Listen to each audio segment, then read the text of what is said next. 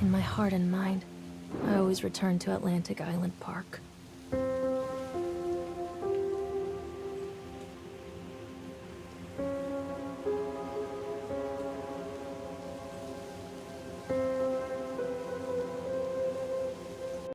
Where's Mr. Bear?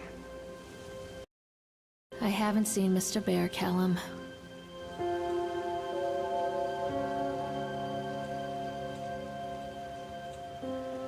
Stay in the car. I'll go and ask information.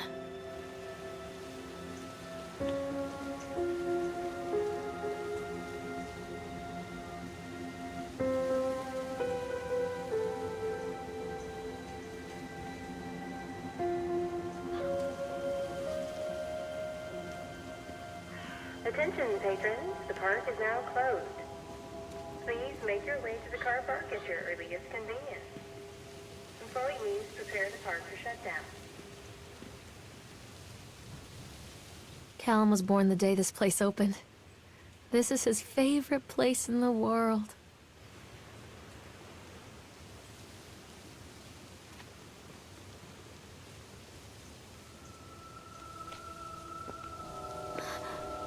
What?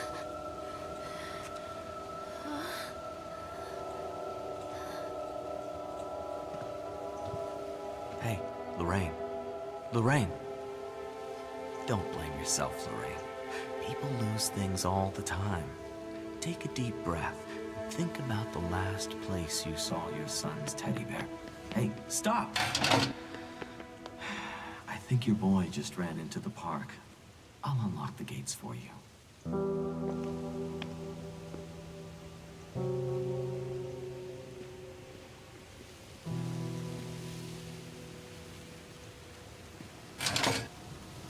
Wait for Mommy, Callum!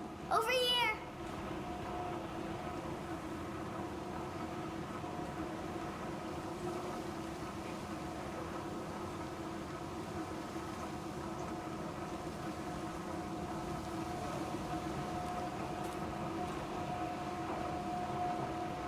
There's something special about the entrance to an amusement park.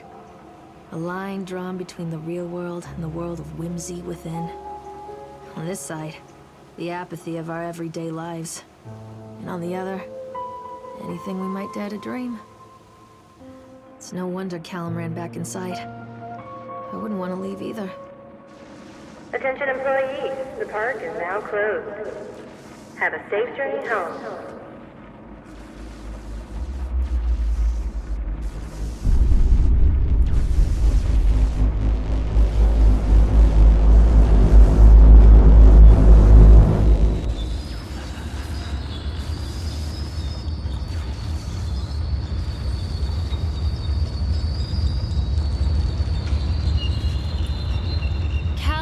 Where are you going? Oh, God.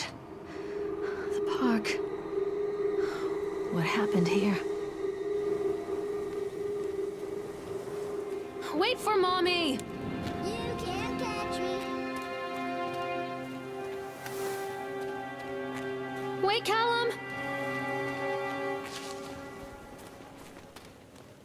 Callum!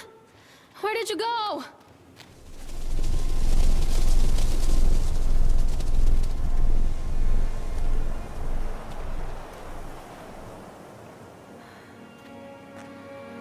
Where did you go?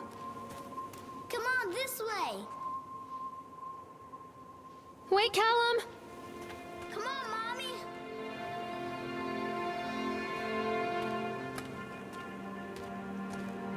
Hello? Catch me, Mommy.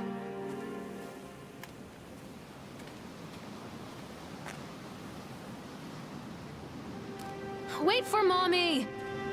This way.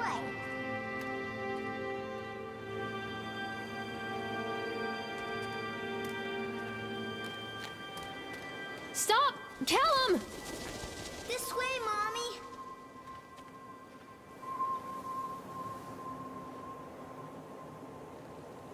Callum?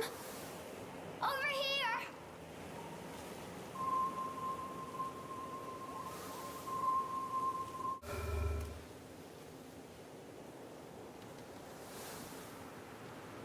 think this belongs to Callum.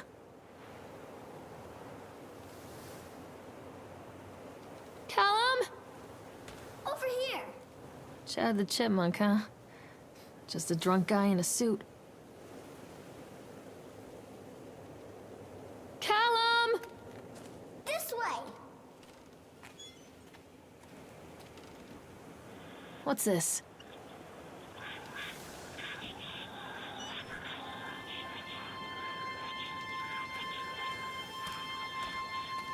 Come back, Callum. Come on, Mommy.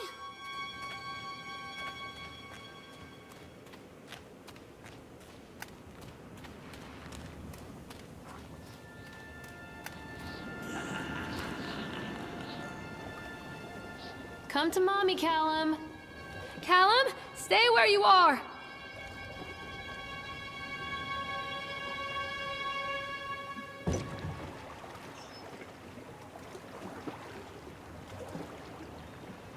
Come on, Mommy. Callum, where did you go?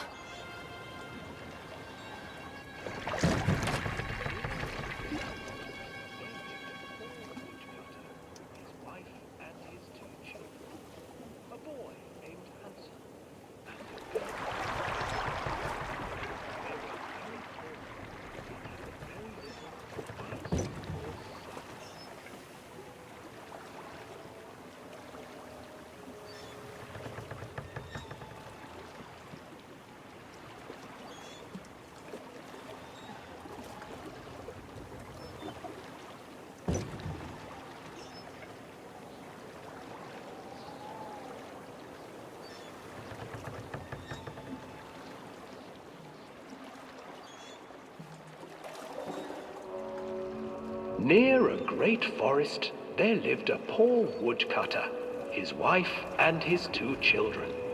A boy named Hansel and a girl named Gretel. They were very poor and had very little to bite or sup.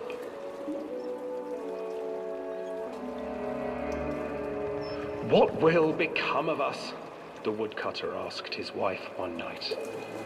"I tell you what, husband, we will take the children into the thickest part of the forest tomorrow and abandon them there." "No, my wife, I cannot do that," said the man. "Then we will all 4 starve, you fool." Hansel and Gretel overheard their parents talking, and Gretel began to weep. "Do not fret, Gretel," Hansel said. He crept out of the hut and gathered white stones from the ground to fill his pockets.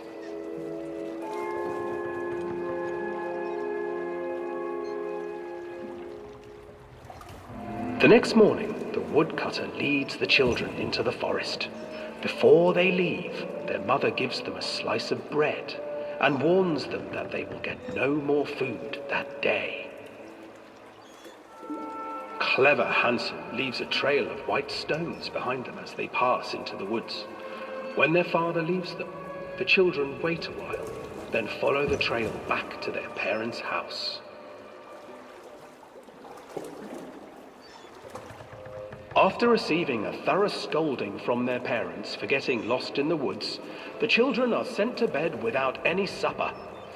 Hansel tried to sneak out and collect more white stones, but found that the door was locked. "Tomorrow I will take them into the woods myself," the wife told the woodcutter. In the morning, their mother gave them a slice of bread and led them deep into the forest once again.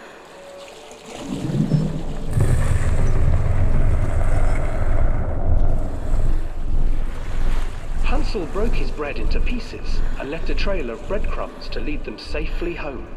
But hungry-eyed birds snatched up the breadcrumbs and his trail was destroyed. Abandoned by their parents and unable to find the trail home, the children wandered in the forest for 3 days.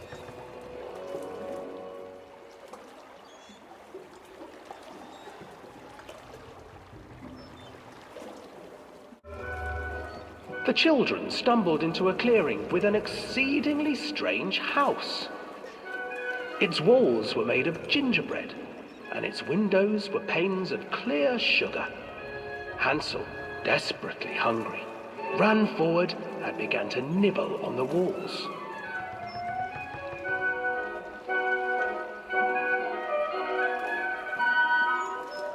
Nibble, nibble, little mouse. Who is nibbling at my house?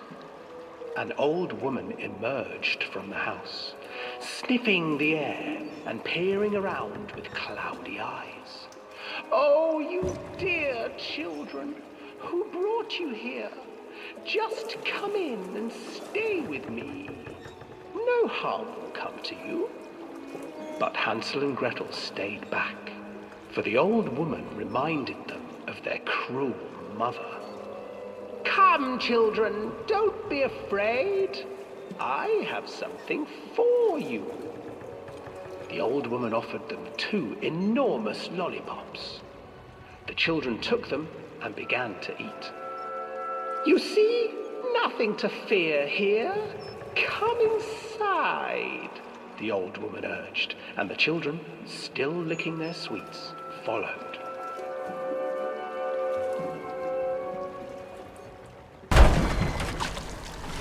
Once inside the house, the old woman changed. She stuffed Hansel into a cage and put Gretel to work, sweeping and cleaning her hut. Your brother will make a good mouthful, the old witch told Gretel. Once he is fattened up, I shall feast upon him.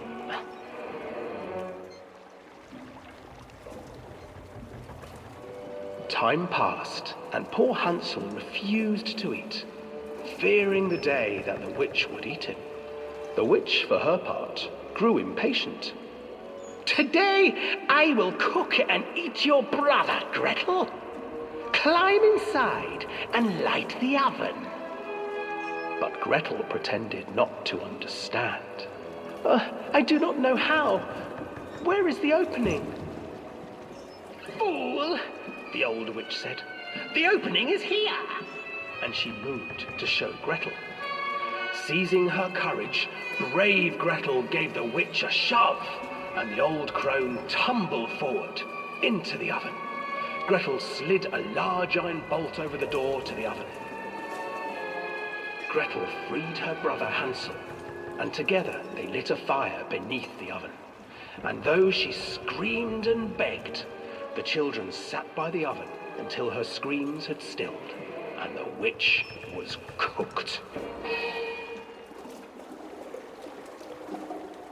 And then, because even children can't survive on sweets, they divided up the body of the old witch and ate her.